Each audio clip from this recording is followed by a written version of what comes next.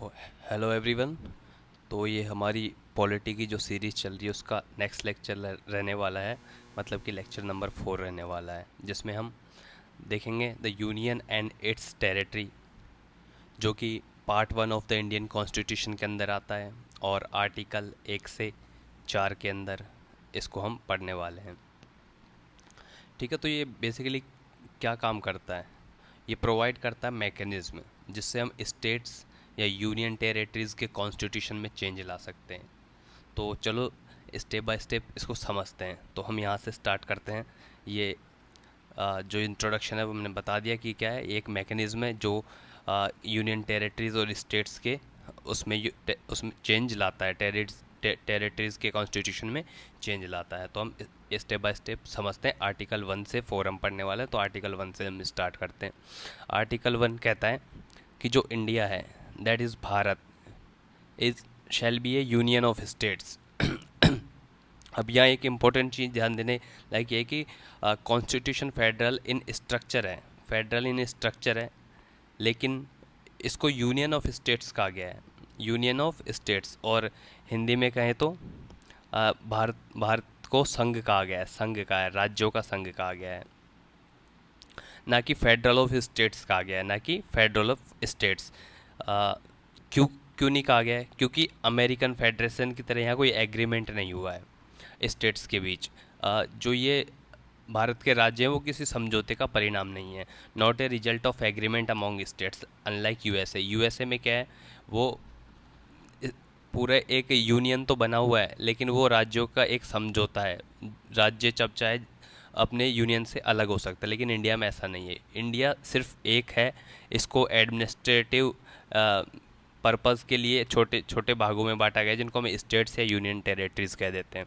मतलब कंट्री एक integral whole है, चाहे एडमिनिस्ट्रेशन के लिए इसे स्टेट्स में डिवाइड किया गया हो। ठीक है, इतना आपको समझ गया आ गया होगा।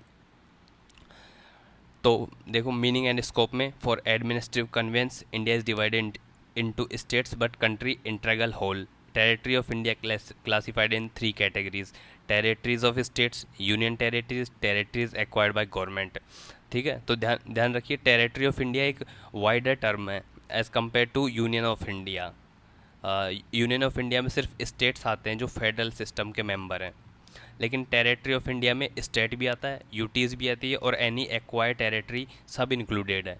ठीक है, तो union of India includes only states showing power with union. Territory of India include state, UT और कोई भी एक्वायर्ड टेरिटरी।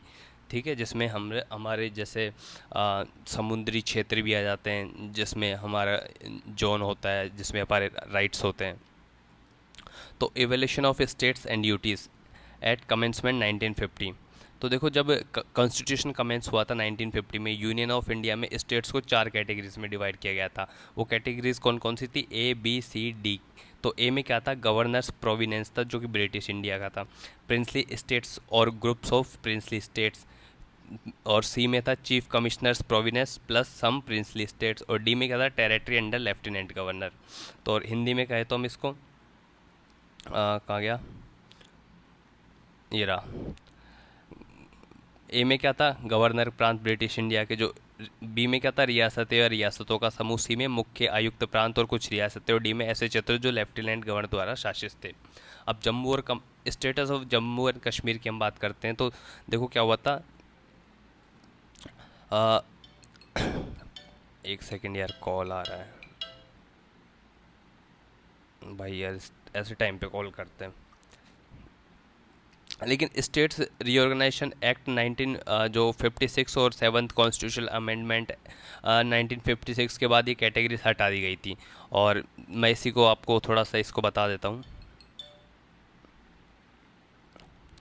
कि जो पार्ट ए और बी का जो डिफरेंस है वो ख़त्म हो गया था। पार्ट ए और बी का डिफरेंस ख़त्म हो गया था। मैंने यहाँ पे लिखा नहीं है, लेकिन मैं आपको बताता हूँ। पार्ट ए और बी का डिफरेंस ख़त्म हो गया था। पार्ट सी, स्टेट्स अबोलिश हो गए थे। और जो 14 स्टेट और 6 यूनियन टेरिटरीज क्रिएट किए गए थे 1 नवंबर 1956 को। इसके बाद भी पॉलिटिकल मैप ऑफ इंडिया में काफ़ी चेंजेस आते रहे ड्यू टू पॉपुलर एजिटेशन और पॉलिटिकल कंडीशन। एट प्रेजेंट कितने 28 स्टेट्स हैं, प्लस 8 यूनियन टेरिटरीज है और फर्स्ट शेड्यूल में इनके नेम्स और टेरिटरीज एक्सटेंड दिए गए हैं। इतना आपको ध्यान रखना है। अब स्टेटस ऑफ जम्मू कश्मीर की बात करते हैं। इसको मैं मिटा देता हूँ, जो मैंने आपको बताया ये ABC को बाद में कैसे क्या किया गया था। अब स्टेटस ऑफ जम्मू कश्मीर की बात करते हैं तो 5 अगस्त 2019 को प्रेसिडेंट ने कॉन्स्टिट्यूशन ऑर्डर 2019 कॉन्स्टिट्यूशन ऑर्डर 2019 इसको पास किया और इस ऑर्डर ने रिवोक किया जम्मू एंड कश्मीर का जो स्पेशल स्टेटस था रिवोक किया स्पेशल स्टेटस को जम्मू और कश्मीर का को अनुच्छेद राष्ट्रपति ने संविधान आदेश 2019 जारी किया। अनुच्छेद 270 के तहत विशेष दर्जा इसका रद्द कर दिया गया और साथ ही आर्टिकल जो 35A था जो स्पेशल राइट्स देता था परमानेंट रेजिडेंट्स को, वो भी हटा दिया गया। और article 35A empowered Jammu and Kashmir legislature to define permanent resident and their rights, और इनको हटा दिया गया था। फिर Jammu and Kashmir reorganisation act आया, Jammu and Kashmir reorganisation act 2019, जो कि कब से इफेक्टिव हुआ 31 अक्टूबर 2019 से, जिसमें स्टेट को 2 यूनियन टेरिटरीज में बांटा गया। वो आपको पता होगा, जम्मू एंड कश्मीर जिसमें लेजिस्लेचर होगा और लद्दाख विदाउट लेजिस्लेचर होगा। अब देखो एडमिशन और एस्टेब्लिशमेंट ऑफ न्यू स्टेट्स की बात करते हैं, जो आर्टिकल नंबर 2 बात करता है इस चीज़ की। तो ये क्या कहता है कि एडमिट करें न्यू स्टेट्स जो ऑलरेडी एग्जिस्ट में हो, एक पॉइंट तो ये कहता है, और दूसरा पॉइंट कहता है एस्टेब्लिश करें न्यू स्टेट्स को जो पहले एग्जिस्ट ना करते हो, दूसरा पॉइंट ये कहता है।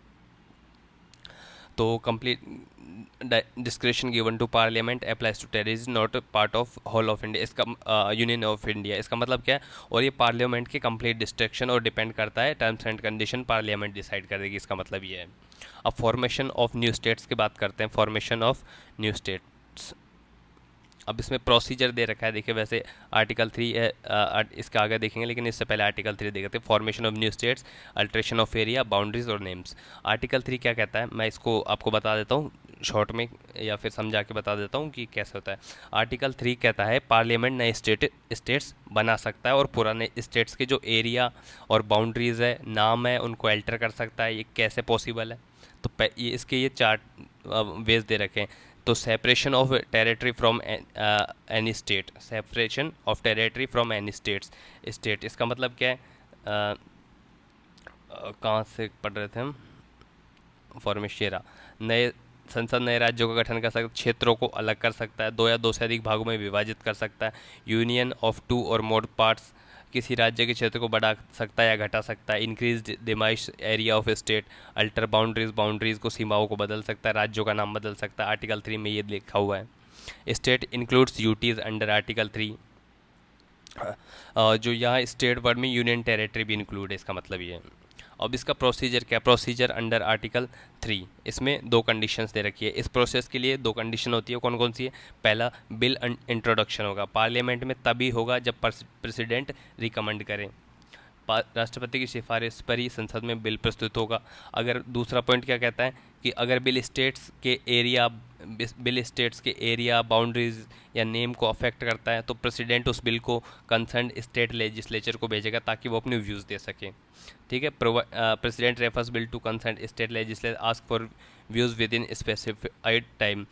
जो राष्ट्रपति है विधेयक को संबंधित राज्य के जिसका वो नाम चेंज कर रहा है या कुछ उस बाउंड्रीज या नाम को अफेक्ट कर रहा है, उस राज्य के जो संबंधित राज्य विधानमंडल को भेजेगा और उसमें समय देगा कि अपनी राय दे दे वो जो भी स्टेट्स को वो भेज रहा है।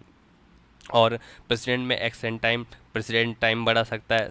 राज्य राय न दे विधेयक फिर भी संसद में पेश किया जाएगा, संसद राज्य की राय से बाध्य नहीं है, स्वीकार कर सकती है। विधेयक में संशोधन होने पर नए सिरे से भेजना अनिवार्य नहीं। केंद्र शासित प्रदेशों के मामले में स्वयं संसद कार्रवाई कर सकती है। इसका मतलब क्या है, प्रेसिडेंट पीरियड है वो जो टाइम दिया उसने उसका अपनी राय देने के लिए उसको एक्सटेंड कर सकता है। अगर स्टेट अपने व्यूज़ नहीं भेजती है विद इन टाइम, बिल फिर भी इंट्रोड्यूस हो सकता है। ठीक है, अगर स्टेट व्यूज़ भेजती है पार्लियामेंट उसके व्यूज़ से बाउंड नहीं होती है, एक्सेप्ट या रिजेक्ट कुछ भी कर सकती है, अपनी उनके ऊपर है, पार्लियामेंट के ऊपर। हर बार अमेंडमेंट हो रहा है तो दोबारा स्टेट से ओपिनियन लेना ज़रूरी नहीं है। आर्टिकल जो ये प्रोसीजर है उसमें ये 2 कंडीशन दे रखी है।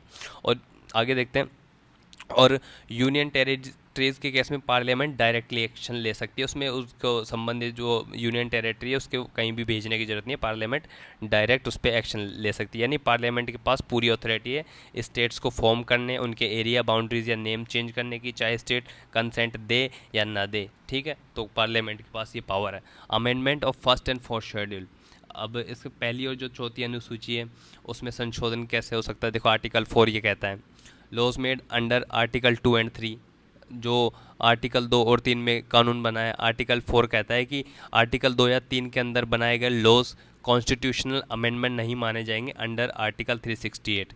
Not constitutional amendment under article 36 passed by simple majority and ordinary legislative process, मतलब सिंपल मेजोरिटी से पास हो सकता है या ऑर्डिनरी लेजिस्लेटिव प्रोसेस के थ्रू ये इसको पास किया जा सकता है। और पार्लियामेंट फर्स्ट शेड्यूल नेम्स और एक्सटेंट ऑफ स्टेट और fourth schedule Rajya Sabha seats allocation में कॉन्सिक्वेंट चेंज भी कर सकता है। फर्स्ट शेड्यूल क्या कहता है? Allow us consequent changes in first schedule में, जिसमें नाम और एक्सटेंट ऑफ स्टेट्स यूटीज इसको चेंज कर सकता है। फोर्थ शेड्यूल में राज्यसभा सीट अलोकेशन कर सकता है। ठीक है, अब इससे इंपॉर्टेंट कुछ केस आए थे उनको हम डिस्कस करते हैं। पहला केस था बेरूबारी यूनियन केस। देखो हमने आर्टिकल 4 डिस्कस कर लिया और आर्टिकल 3 डिस्कस कर लिया, आर्टिकल 2 डिस्कस कर लिया, आर्टिकल 1 डिस्कस कर लिया। जो पहले पार्ट में ये आर्टिकल 4 ये आर्टिकल है जिनके ऊपर हमने बात कर लिया और इससे संबंधित जो कुछ केस आए थे वो हम देखते हैं। पहला बेरूबारी यूनियन केस आया था 1960 में। तो सुप्रीम कोर्ट ने, इसमें मैं आपको बता देता हूँ, आपने जो लिख रखा है आप इसको पढ़ लेना, लेकिन मैं बता देता हूँ। सुप्रीम कोर्ट ने कहा था कि पार्लियामेंट के पास एरिया डिमिनिश करने का पावर है, लेकिन फॉरेन कंट्री को जो टेरिटरी सीट करने का पावर नहीं है आर्टिकल 3 के अंडर। मतलब फॉरेन कंट्री की जो वो किसी फॉरेन कंट्री की टेरिटरी है उसको वो नहीं ले सकता। वो काम सिर्फ कॉन्स्टिट्यूशनल अमेंडमेंट से ही होगा और कॉन्स्टिट्यूशनल अमेंडमेंट में 368 आर्टिकल से ही होगा। ठीक है, जब हम 368 पढ़ेंगे तो मैं आपको सिंपल मेजोरिटी, स्पेशल मेजोरिटी ये सब बता दूंगा। फिलहाल के लिए आप ये देख लीजिए कि अगर आर्टिकल 1 2 3 4 में हम कुछ कर रहे हैं तो उसके लिए स्पेशल मेजोरिटी की ज़रूरत नहीं है, सिंपल मेजोरिटी से वो पास हो जाएगा और वो जो भी चेंज होगा वो 368 आर्टिकल मतलब संविधान संशोधन के अंतर्गत नहीं आएगा। आपको ये ध्यान रखना है अभी के लिए। उसके बाद आया इन रे केस था जिसमें आर्टिकल 370 2023 का आया था। इसमें आर्टिकल 370 के ऊपर बात था। सुप्रीम कोर्ट ने अपहोल्ड किया आर्टिकल 370 और 35A का एब्रोगेशन किया और कंफर्म किया कि पार्लियामेंट के पास पावर है कि वो स्टेट को यूनियन टेरिटरी में कवर करे। तो हमने ये पूरा लेक्चर देख लिया है, इसमें इसके अलावा और कुछ नहीं है। इसके अलावा और कोई क्वेश्चन नहीं बन सकता इस लेक्चर से। हमने केस देख लिया, आर्टिकल 1 2 3 4 डिटेल से डिस्कस कर लिया। आपको बस ये याद रखना है इसमें कि स्पेशल मेजोरिटी की इसमें ज़रूरत नहीं होती है, सिंपल मेजोरिटी से हो जाता है और ये 368 के अंडर नहीं आता है। और तो कंक्लूज़न देखते हैं, ये था union and state it's territory का पूरा डिस्कशन। इस टॉपिक को आपको क्या क्या क्लियर हो गया कि difference between union of India and territory of India के बीच में आपको डिफरेंस क्लियर हो गया होगा। जैसे यूएस की तरह नहीं है, हमारे यहाँ पे किसी समझौते का परिणाम नहीं है जो राज्य है, ये यूनियन ऑफ स्टेट्स है, बस इनको एडमिनिस्ट्रेटिव आसानी के लिए उनको बांटा गया है। बाकी राज्य कभी भी यूनियन से अलग नहीं हो सकते। इसका इवोल्यूशन कैसे हुआ था, यूटीज़ का हिस्टोरिकल बैकग्राउंड हमने देख लिया है, आर्टिकल 2 3 4 का प्रोसीजर पावर हमने देख लिया है और ये जो इंपॉर्टेंट 2 केस है हमने ये देख लिया है। और इसके साथ ये पूरा लेक्चर ख़त्म हो जाता है और इससे आगे कुछ नहीं पूछा जाएगा। इससे आप चाहे PYQ लगा लो या कोई भी MCQ लगा लो, इससे बाहर इसमें कुछ नहीं पूछ सकते।